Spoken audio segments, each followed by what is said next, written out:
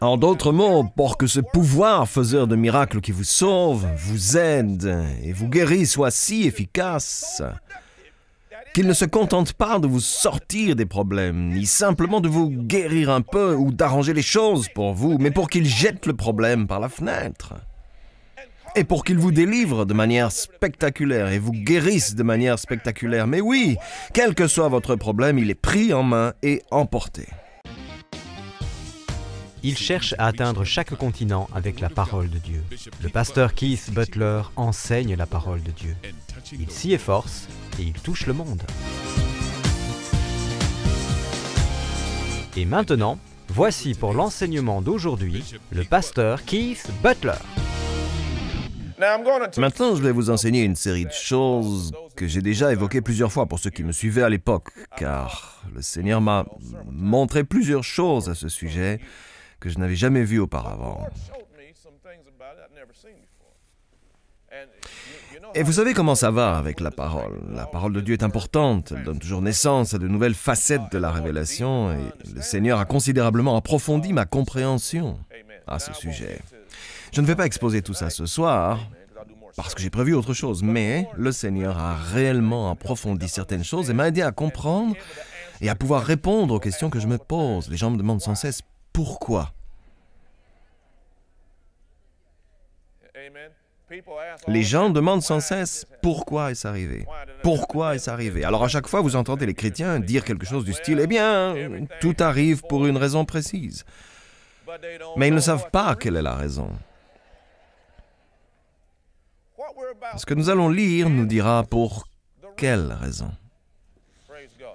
Oui, tout arrive pour une raison donnée, mais vous pouvez connaître la raison. De fait, la raison a été écrite.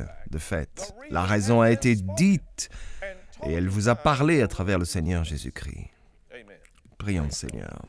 Commençons la lecture. Marc, chapitre 4. Verset 2, il leur enseignait beaucoup de choses en paraboles. Il leur disait dans son enseignement, « Écoutez, un semeur sortit pour semer. Comme il semait, une partie de la semence tomba sur le sol le long du chemin. Les oiseaux vinrent et la mangèrent. Une autre partie tomba dans un sol pierreux où elle n'avait pas beaucoup de terre. Elle se leva aussitôt parce qu'elle ne trouvait pas un terrain profond. Mais quand le soleil parut, elle fut brûlée et sécha, faute de racines. Une autre partie tomba parmi les ronces poussèrent et l'étouffèrent, et elle ne donnait pas de fruits. Une autre partie tomba dans la bonne terre, elle donna du fruit qui montait, se développait avec un rapport de 30, 60 ou 100 pour un. Puis il dit que celui qui a des oreilles pour entendre, entende. Jésus va faire maintenant une déclaration au verset 13 qui pourrait stopper tout chrétien qui lit la Bible. Il dit au verset 13, il leur dit encore, « Vous ne comprenez pas cette parabole? Comment donc comprendrez-vous toutes les autres? » Le mot grec pour parabole est paraole. Cela veut dire une similitude, une comparaison ou un proverbe. En d'autres termes, il a dit, si vous ne savez pas, si vous ne comprenez pas cette parabole, comment pouvez-vous comprendre toutes les autres? Comment pouvez-vous comprendre toutes les autres paraboles que je vous enseigne? En fait, si vous ne comprenez pas le fondement de cette parabole, vous ne comprendrez rien du tout.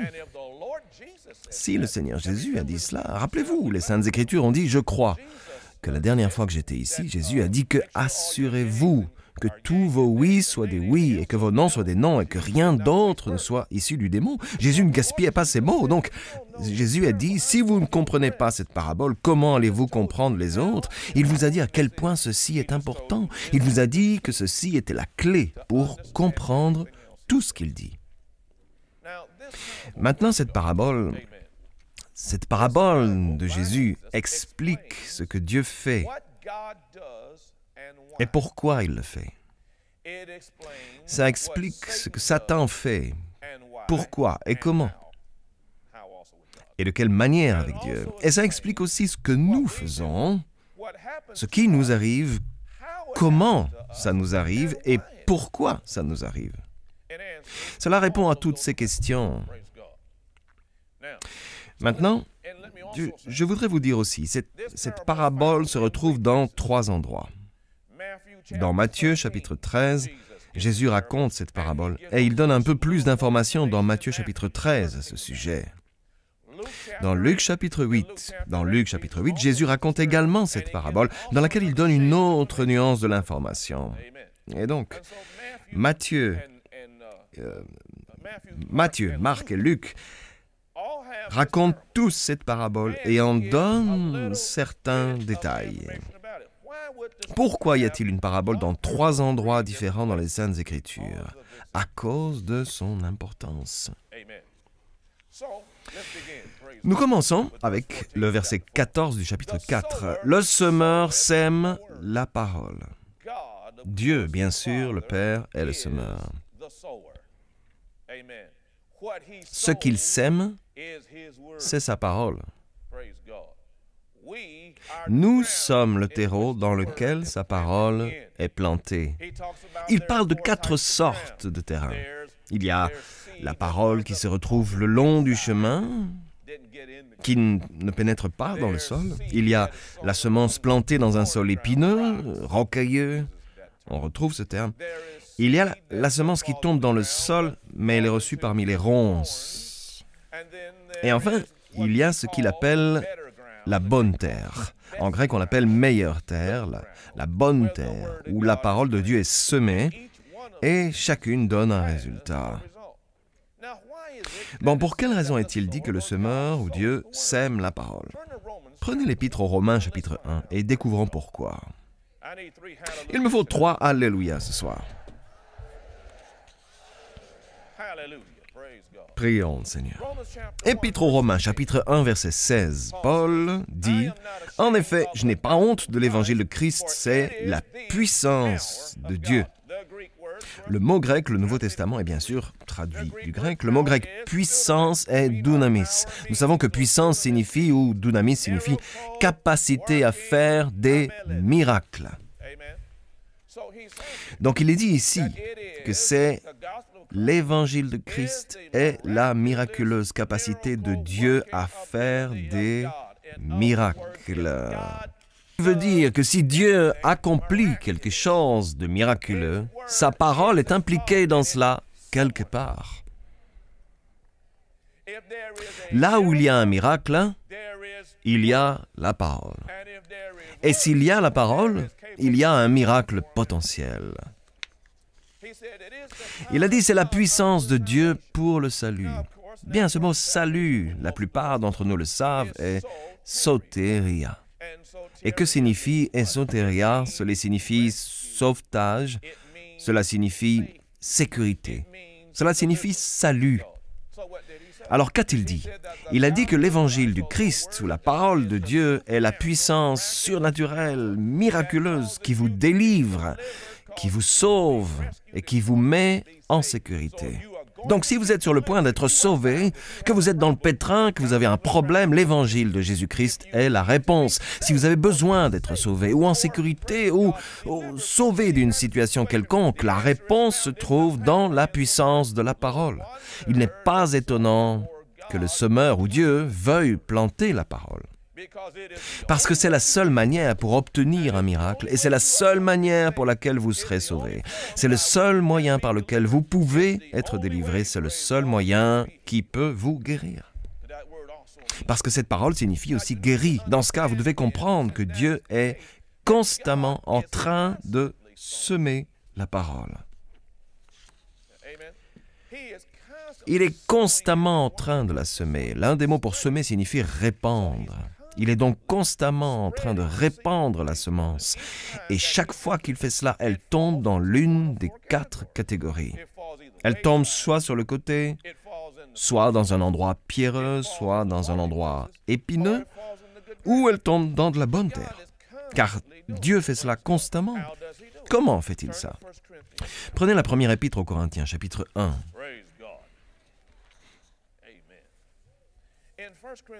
Dans la première épître aux Corinthiens, jetons un œil au verset 18 et ensuite au verset 21. Paul dit, « En effet, le message de la croix ou de la parole est une folie pour ceux qui périssent, mais pour nous qui sommes sauvés, le message de la parole est la puissance de Dieu. »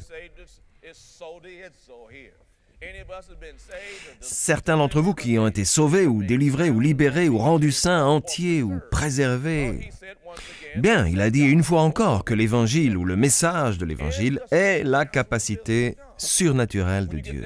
Si vous allez au verset 21, il dit « Puisqu'à travers cette sagesse, le monde n'a pas connu Dieu en voyant sa sagesse, il a plu à Dieu de sauver, guérir, délivrer, préserver, rendre saints, entiers, les croyants à travers la folie de la prédication. » D'accord?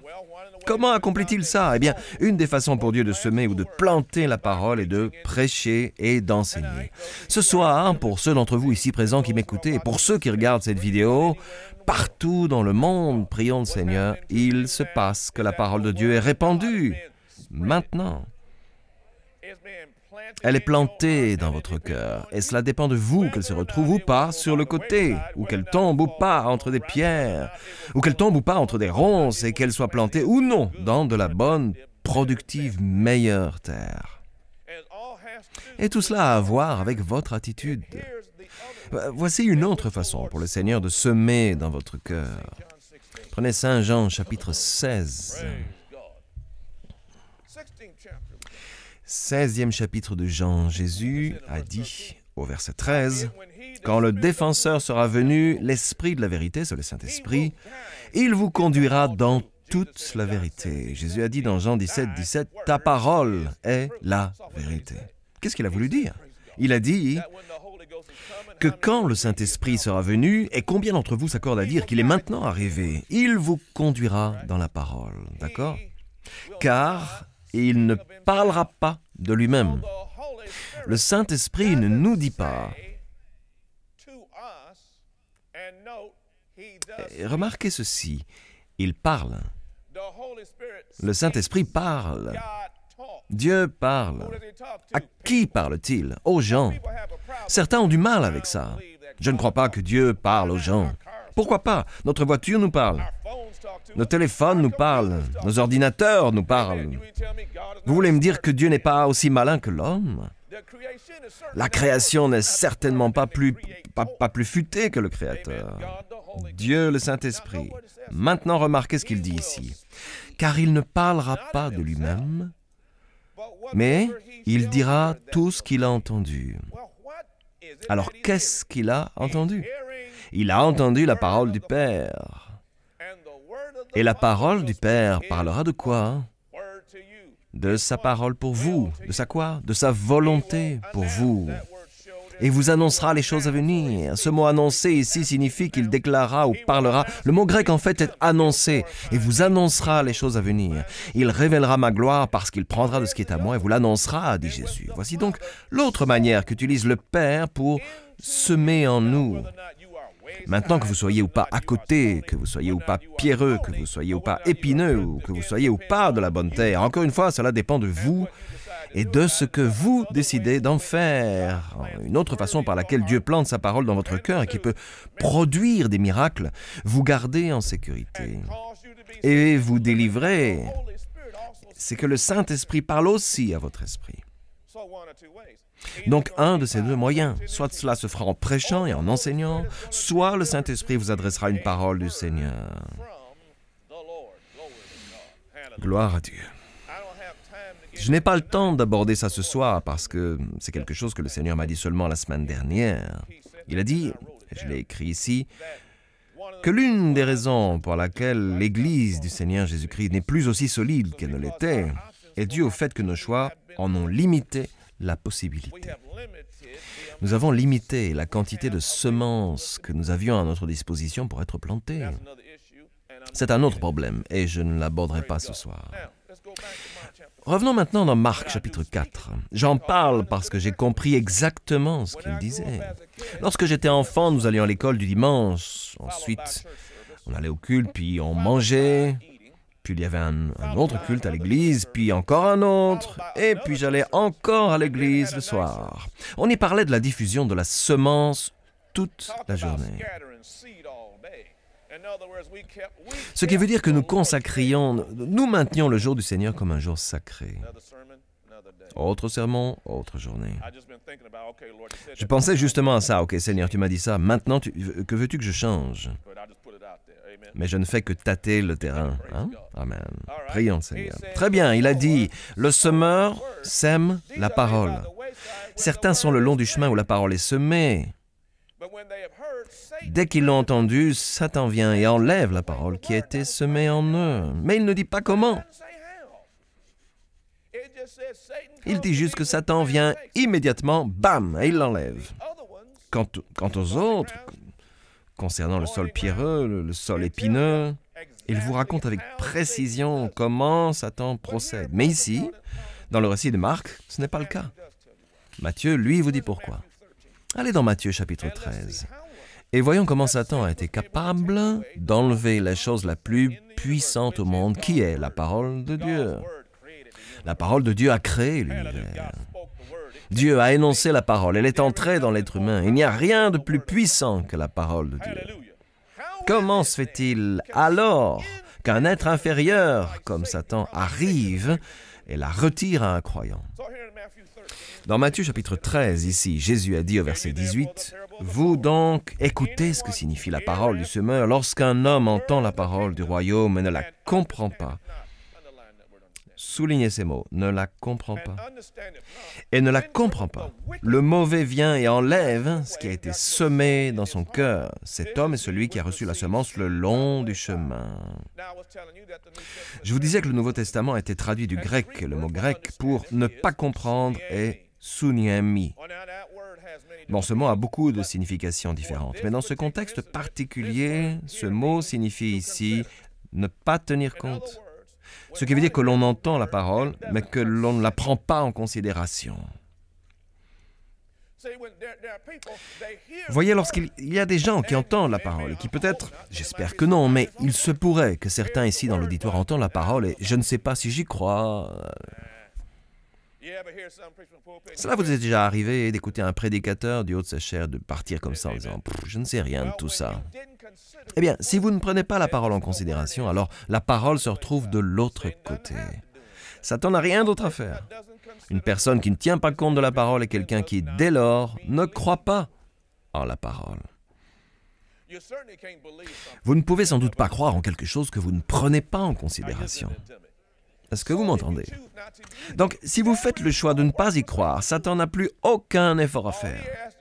Tout ce qu'il a à faire est de s'emparer de ça. Rappelez-vous, Jésus prêche la parabole de comment fonctionnent les choses. Donc un individu qui ne veut pas prendre ça en considération, si une parole est enseignée de cette chair, et que parfois nous ne tenons pas compte de la parole parce qu'elle nous dérange, nous n'approuvons pas ça. Il y a des sujets qui pour certains d'entre nous sont sensibles et nous éloignent de Dieu. Maintenant, Seigneur, tu peux parler de ça, tu peux parler de... Hé, attends une minute, ne commence pas à parler, ne parle pas de ça. Il y a des choses que nous ne voulons pas entendre. Par exemple, dans l'évangile de Matthieu, Jésus a expliqué comment traiter son ennemi. Il a dit d'aimer son ennemi, et il n'a pas dit seulement ça. Il a dit de prier pour son ennemi, et il a dit encore autre chose. Il a dit de faire le bien pour son ennemi. Quoi? Et puis, leur pardonner? Je peux le faire. Les aimer? Pas tellement. Faire quelque chose pour eux? Vous vous moquez de moi? Vous n'avez pas pris la parole en considération ici, et cette parole se retrouve sur le côté, et même s'il y a une puissance surnaturelle pour vous aider à aimer, vous aider à pardonner, vous aider à les bénir, et qui en retour vous bénira, cette puissance n'apparaîtra pas manifeste parce que vous ne la prenez pas en considération. Je peux obtenir un amen de chacun d'entre vous. C'est donc pour cela que la semence se retrouve sur le côté. Satan n'a rien d'autre à faire. Bon, je vous ai dit que Dieu envoie, qu'il répande la semence chaque jour. Et souvenez-vous que toutes ces semences, toutes les 4, était destiné. Le dessein de Dieu et ses conséquences sont expliquées au verset 20 de Marc chapitre 4. Revenez dans Marc chapitre 4. Alléluia.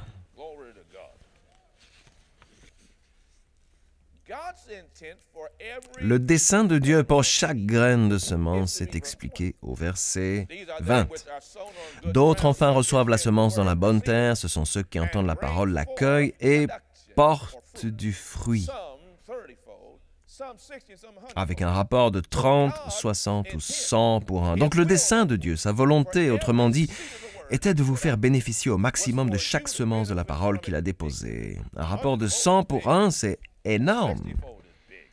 Un rapport de 60 pour 1, c'est énorme. Un rapport de 30 pour 1, c'est énorme. Alléluia. Ce que veut dire que cette puissance faiseuse de miracles qui vous sauve, vous aide et vous guérit est productive au point de ne pas seulement vous sortir d'un problème, de vous guérir quelque peu ou de vous aider, mais qu'elle met le problème à la porte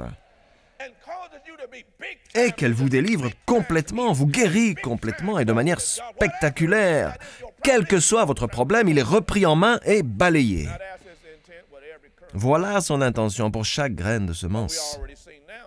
Comme nous l'avons vu, il y a une catégorie de personnes. Je vous l'assure, chacun peut se retrouver sur le côté à un moment donné. Vous pouvez adhérer à la parole, avoir été sauvé, et vivre dans la parole de Dieu depuis 50 ans et laisser de la semence quand même sur le côté à un moment donné.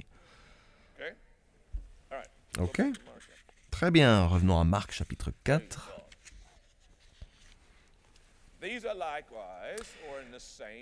De même, d'autres, ou de la même façon, d'autres reçoivent la semence dans un sol pierreux. Quand ils entendent la parole, ils l'acceptent aussitôt avec joie. Le mot joie signifie cri. Et donc,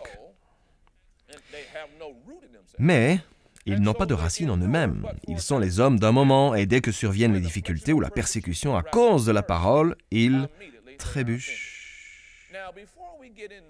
Maintenant, avant d'entrer dans le sol pierreux, voici une des choses que le Seigneur a partagées avec moi. Il a dit, il existe une réponse à chacun de ces problèmes. Il y a la réponse de la semence qui reste sur le côté. Il y a la réponse du sol pierreux. Et il y a la réponse de la semence au milieu des ronces. Alors avant de nous pencher sur le cas du sol pierreux, quelle est la réponse à la semence sur le côté? Allez dans Jacques chapitre 1. Vous ne voudriez pas rater ça. Quelle est la réponse alors? Amen. Pour chaque problème, il y a une solution dans la parole.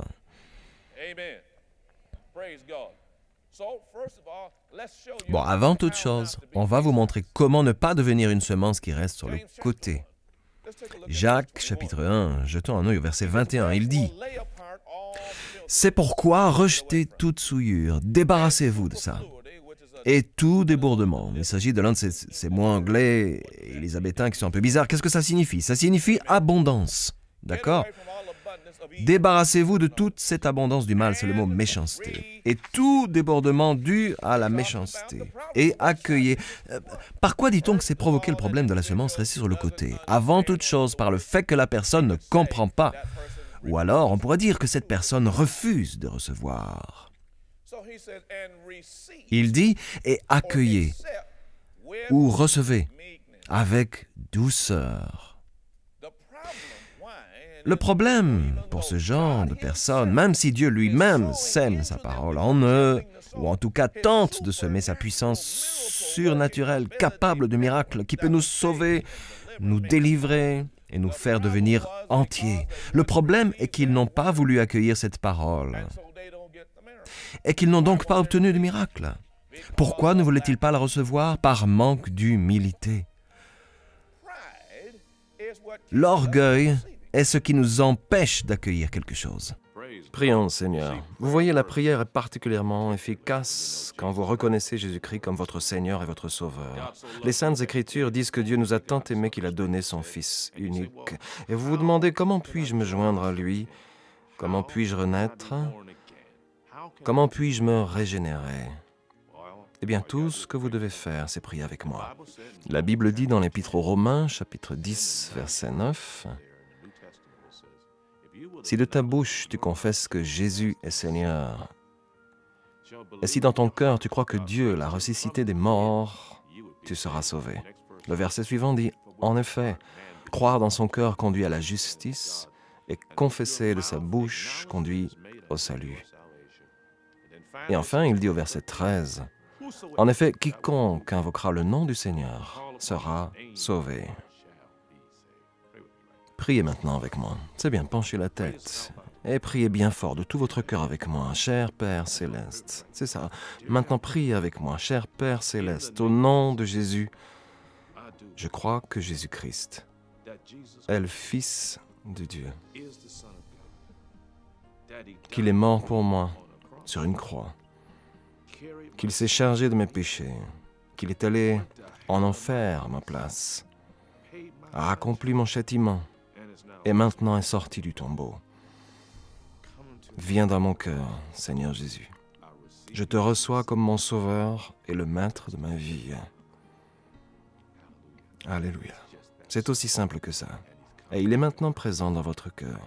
Vous allez me dire, bon, et maintenant que dois-je faire? Nous avons un ouvrage spécial que nous voulons vous faire parvenir. Il s'intitule « D'où venons-nous » Nous serons heureux de vous l'adresser. Prions le Seigneur et je vous expliquerai tout ce que vous devez savoir. Je tiens à vous féliciter, vous ne serez plus jamais la même personne au nom de Jésus. La parole de Dieu entre dans ton esprit dès lors que tu reçois Jésus comme le Seigneur et le Sauveur de ta vie. Le véritable toi, ton esprit, est régénéré. Cela signifie que tu es maintenant une nouvelle création dans le Christ qui, après Dieu, est créé dans la vertu et la vraie sainteté. Ce procédé provoque un changement immédiat dans ton esprit et dans ton cœur. Toutefois, pour continuer ce procédé de changement, tu dois ranger tes anciens habits et apprendre comment cheminer dans ta nouvelle vie avec Dieu en commençant ta journée en prière avec le Père. Une simple prière de louange et d'action de grâce t'aide à consolider ta relation avec Dieu. Remercie-le pour son amour, sa confiance, sa patience, sa tendre bonté, sa paix, son pouvoir de guérison, sa protection face au danger, son indulgence, sa sagesse et son aide pour cette journée. Assure-toi tous les jours de prendre le temps de lire la parole de Dieu. Tout comme ton corps de chair a besoin de nourriture, ton esprit nécessite la nourriture de la parole de Dieu. Veuillez s'il vous plaît prendre note de l'adresse sur votre écran. De la sorte, nous pouvons vous envoyer ce petit livre très important. Il contient une abondance d'informations dont vous aurez besoin maintenant que vous avez décidé d'accueillir le Seigneur dans votre cœur et de continuer votre chemin avec Dieu. Finalement, il est important que vous aussi preniez le temps de trouver un lieu de culte et que vous entreteniez des relations avec d'autres croyants. Nous prions pour vous, afin que le Dieu de notre Seigneur Jésus-Christ, le Dieu de gloire, puisse vous donner l'esprit de sagesse et de révélation dans la connaissance de lui. Le programme d'aujourd'hui a-t-il été une bénédiction pour vous? Ce que vous avez entendu n'était qu'une partie de son puissant message. Vous pouvez commander la totalité du service d'aujourd'hui sur CD, DVD ou par DVD sous-titré MP3 ou MP4. Il suffit simplement de visiter notre boutique en ligne sur www.keithbutler.org ou d'envoyer un courrier à l'adresse inscrite sur votre écran ou de nous appeler. Commandez ce livre aujourd'hui pour vous-même, un membre de votre famille ou un ami et laissez la parole de Dieu commencer à agir dans votre vie dès maintenant.